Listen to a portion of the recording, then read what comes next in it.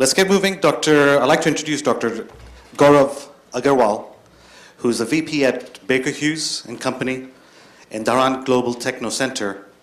And Dr. Gaurav is going to present today. His title of the presentation is Establishing Innovation Velocity Through Entrepreneurship, Key to Navigating Past the Easy Oil Era. Thank you so much. Thank you so much for the invitation. Thank you so much for this lovely settings. It's a pleasure to be here in Kingdom. I just moved from Houston just a few weeks back, and it's very surprising how such an event together brings really that vitality that at least, just like the speaker before me said, that if you really want to know Finland, you should go to Finland, not just read about Finland. So that's the thing about me, that before coming to the Kingdom, you have so many ideas and stereotypes about the place that you've never visited before. But once you come here, you see the real magic, you see the real potential, and these events here just affirm my faith that of the opportunities that lie here. So thank you once again. I have two simple objectives from my presentation. One is, I realized that I changed some of my slides last night when I was here yesterday, this morning, and I saw that a lot of people here are not from oil and gas industry. So I want to really use this opportunity for at least portion of my presentation to emphasize to you that the challenges that our industry, oil and gas industry, faces is one of the deepest and one of the toughest that there exists. And number two, in the latter half of my presentation, I want to set up the case of, which is why I'm here, is that I do believe in the innovation, but the innovation is, again, the use of the word innovation is not necessarily new. The way how we execute the innovation through the entrepreneurship is where I want to put some, build a case there. So I hope I do leave you with some time. I think the purpose of these meetings is not so much as presentations, but what the presentations do to foster the discussions, which is what I cherish.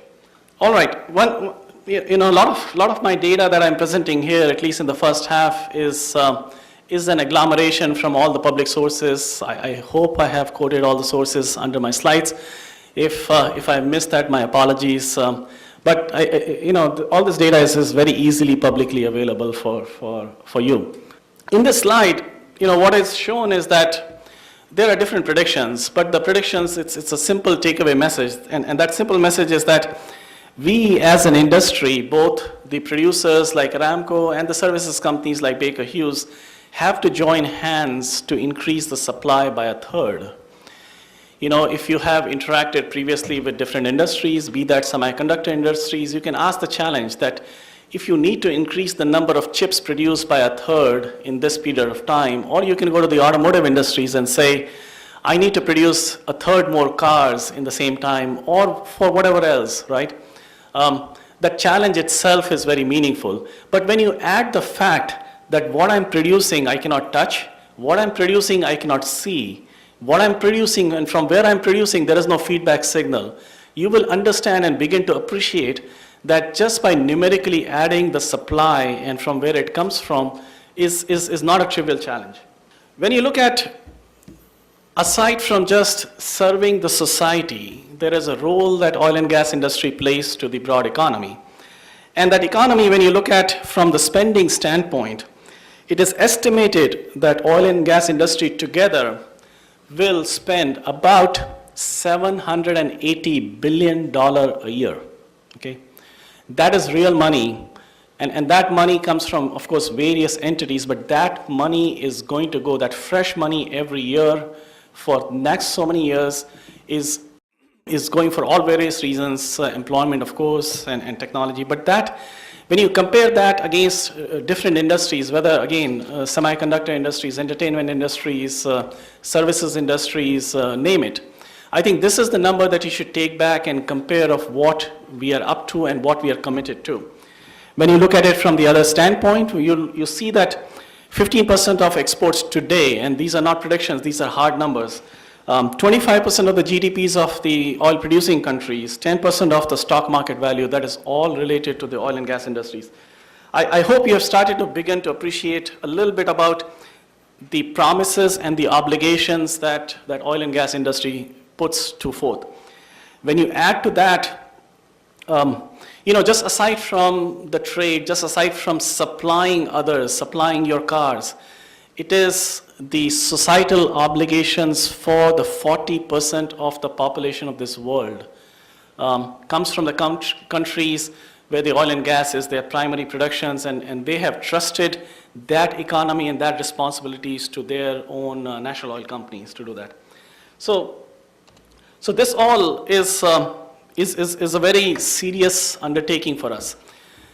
I switch gears now to start to share again with some of my colleagues, and I apologize to those who have been in this industry for a long time, and for them this could be, perhaps you can help me at the end to validate that this message is deep and serious, is the technology challenges, or I won't even say technology at this stage, I'll just say challenges.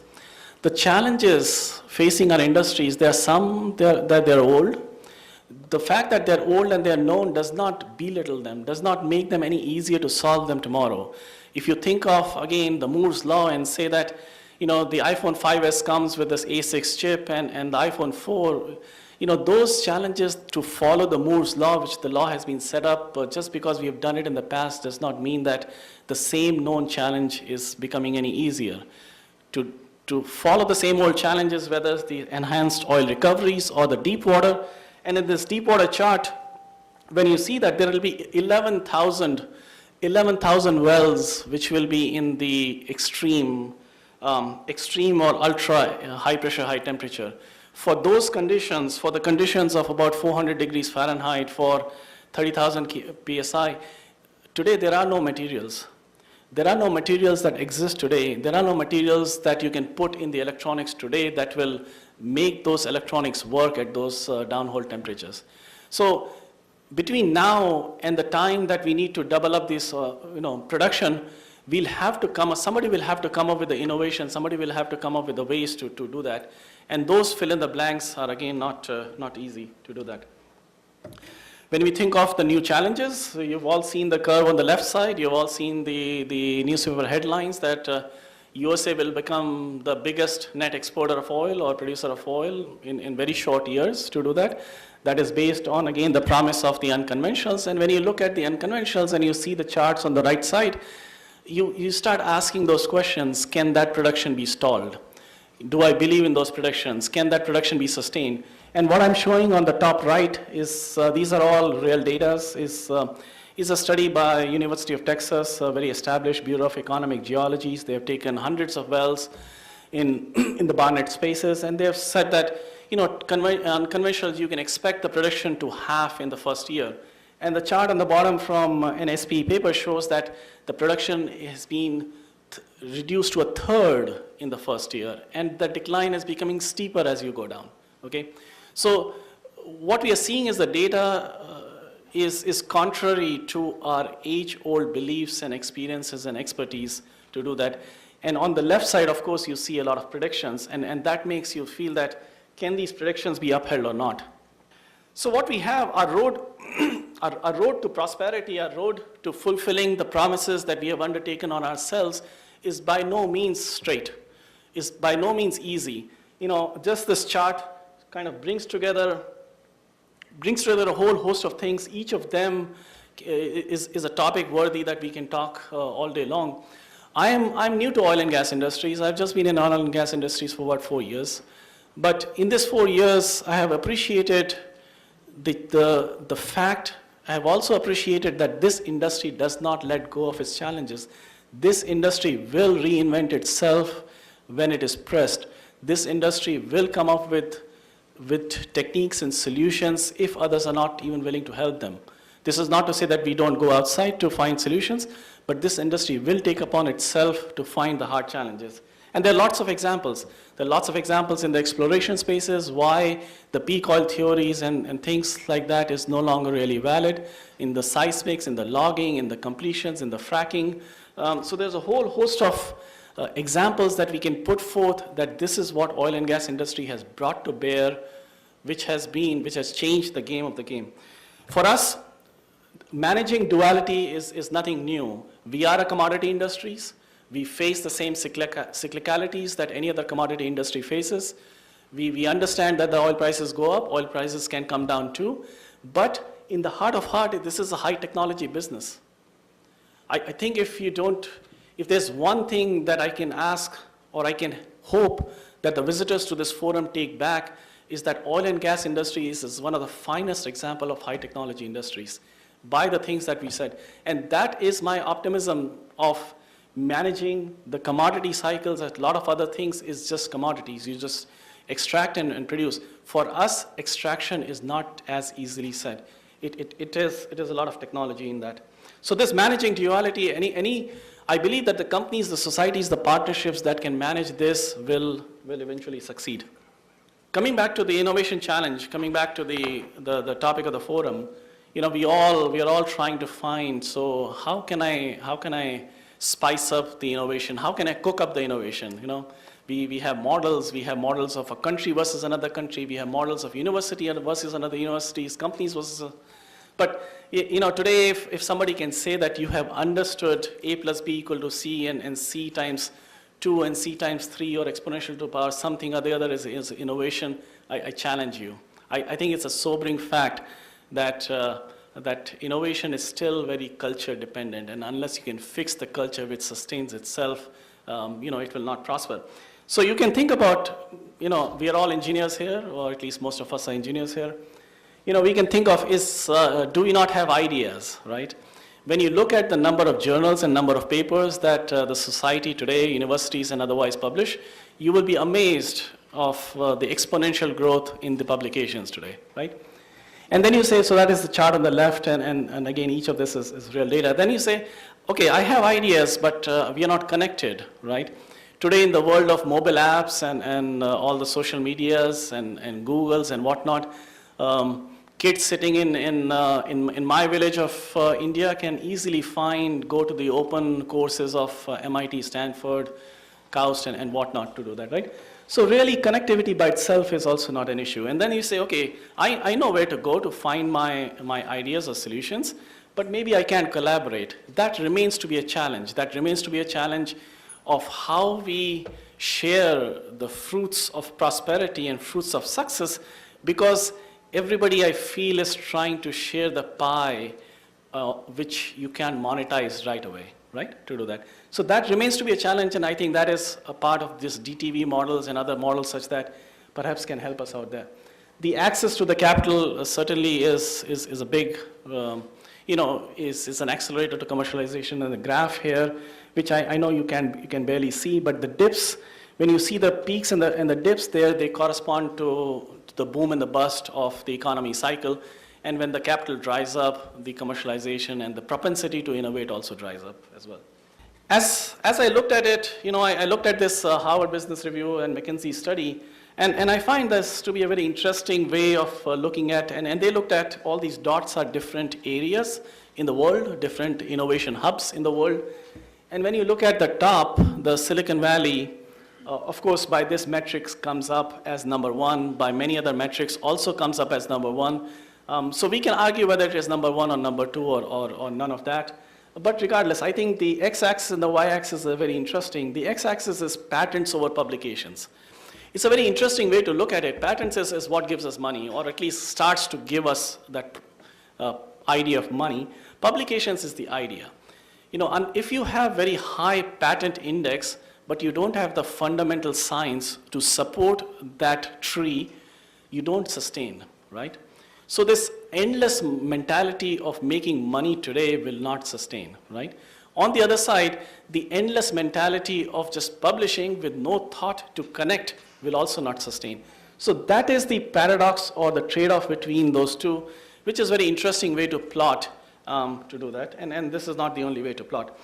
Once you think of, again, the business case, there are many data to show.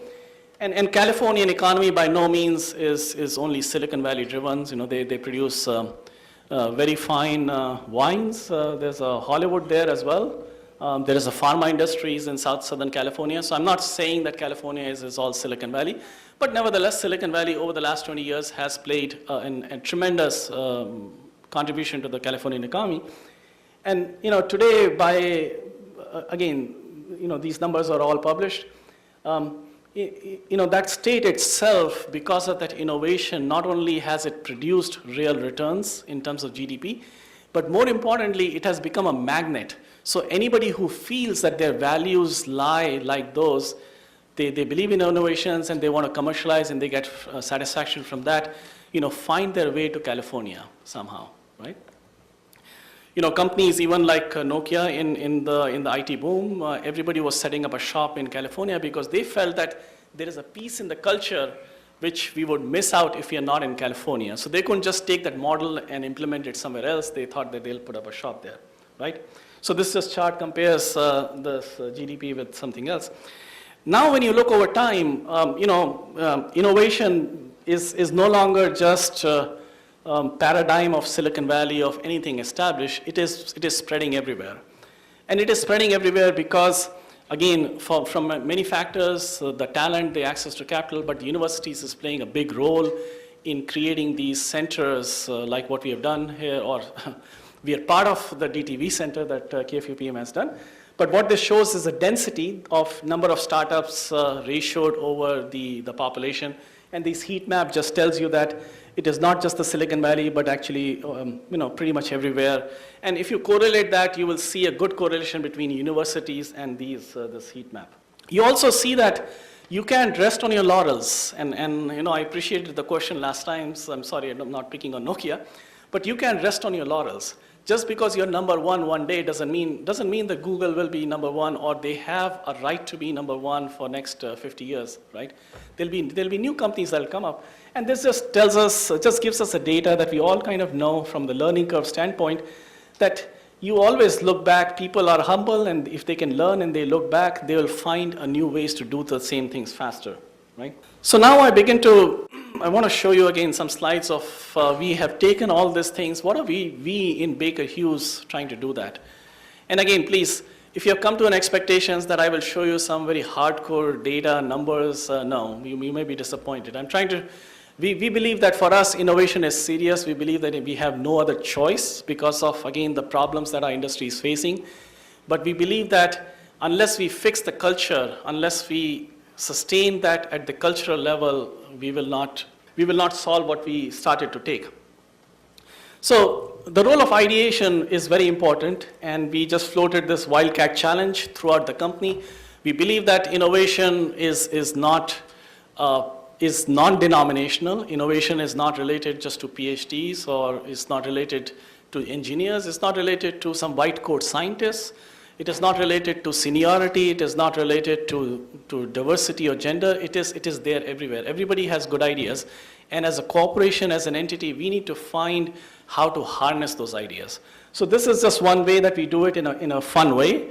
We, of course, created this challenge, opened it to entire 60,000 employees to our companies, and we got, not only we get good ideas, but it sort of vitalizes us, right? And of course, we have fun and prizes to go along to sustain this competition, but very, very successful to do that, of bringing it within our own four walls to do that.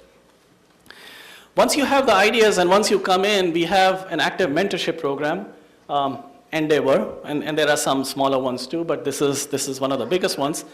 This one, and I bring it up not only to say that this has given us the value, but the outside also has recognized us. So in this year's few weeks back when the World Oil Awards were announced, this was one of the best, this won for the best outreach program.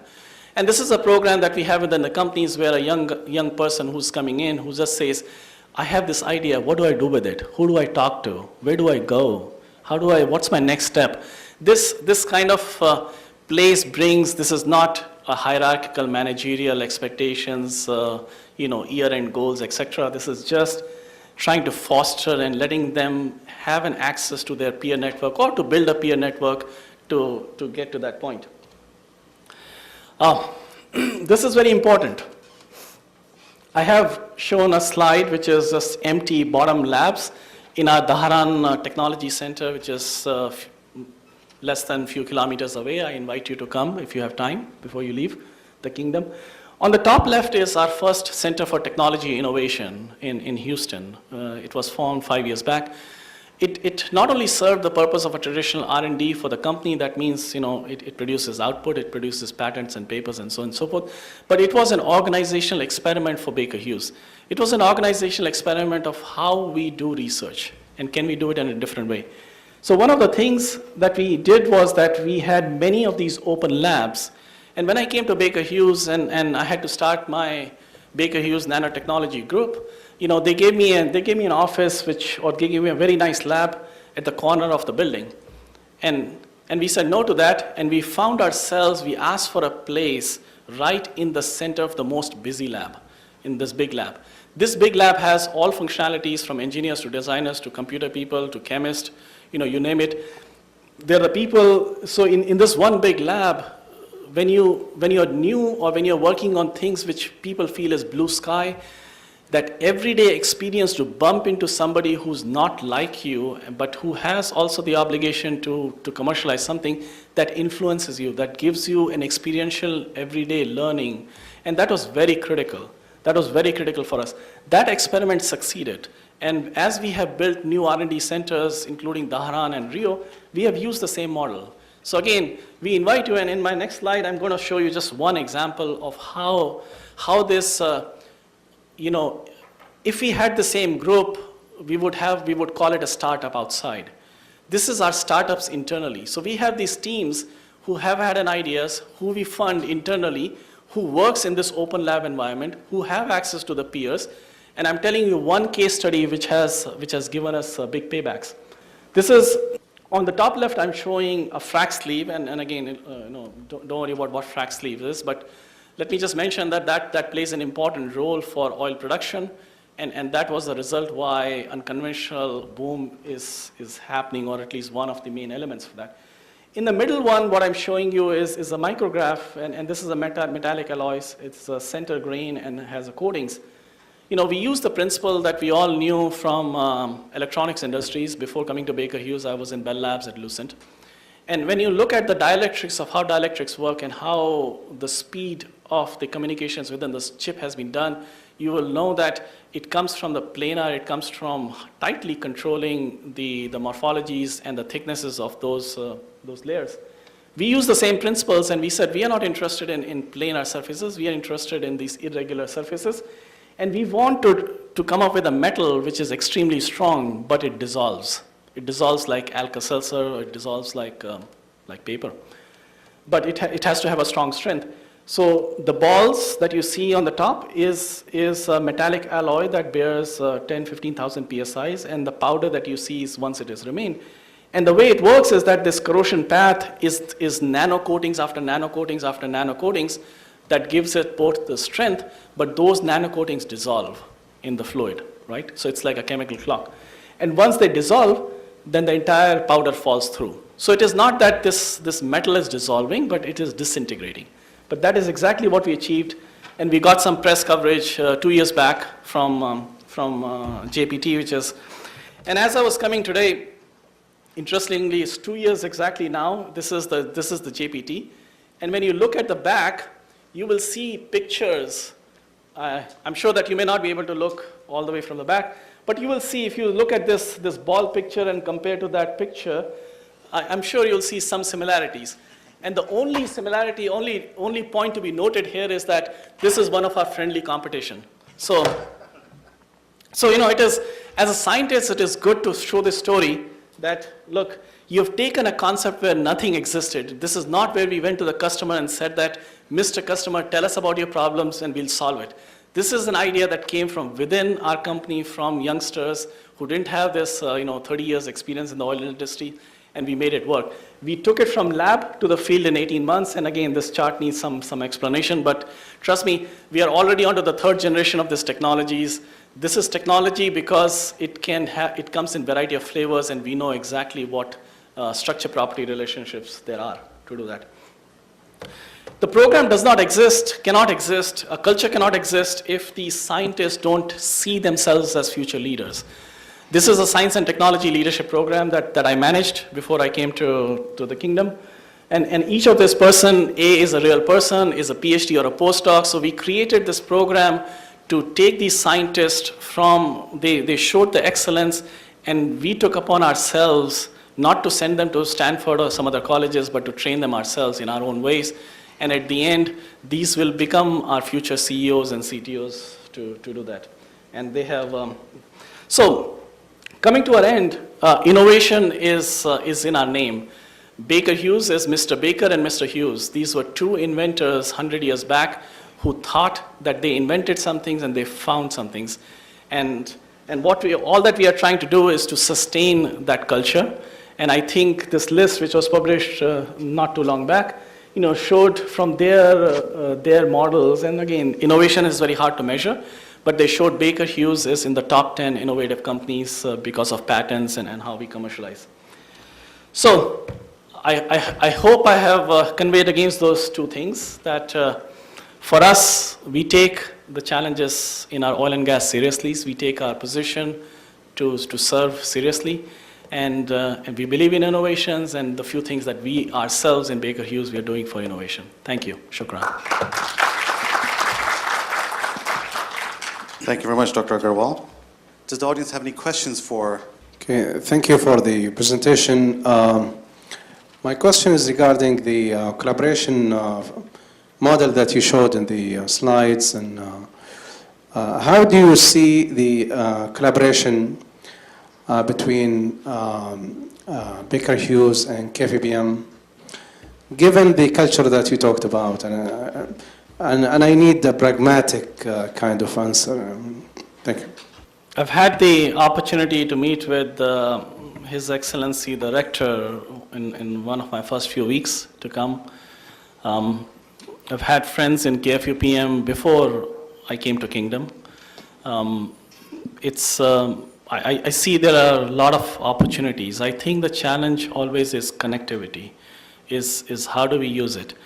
I have to share a personal anecdote, and I visited a lot of universities in my responsibilities and career. And as I look back from 90s to 2000, it is still a bit unfortunate that more and more universities that I visit now, our first meeting starts with the money. Our first meeting starts with how much is Baker-Hughes willing to pay. Our first meeting starts with some kind of an a la carte list, for this things, 100,000, for this things, 500,000, for this thing, $1 million. And then comes with the examples that company X has already put 1 million, 5 million, etc. What happened to the temple of learning? What happened to the universities which took upon themselves to produce the best minds of the world, right? So my first, I think, if I may, my first suggestion to both KFUPM and others is to get away from the capitalism of education, is to go back to the roots of what is the place of an industry and what is the place of a university, right? And once that relationship again comes back as the number one thing to do, things will take care of themselves. You have very good labs, you have very good faculty. For us, we are not going to serve the purpose in society the way that you do. So fundamentally, there is zero conflict. But if we each other try to, not build the relationship, it's meaningless. Thank you very much. Thank you. Thanks.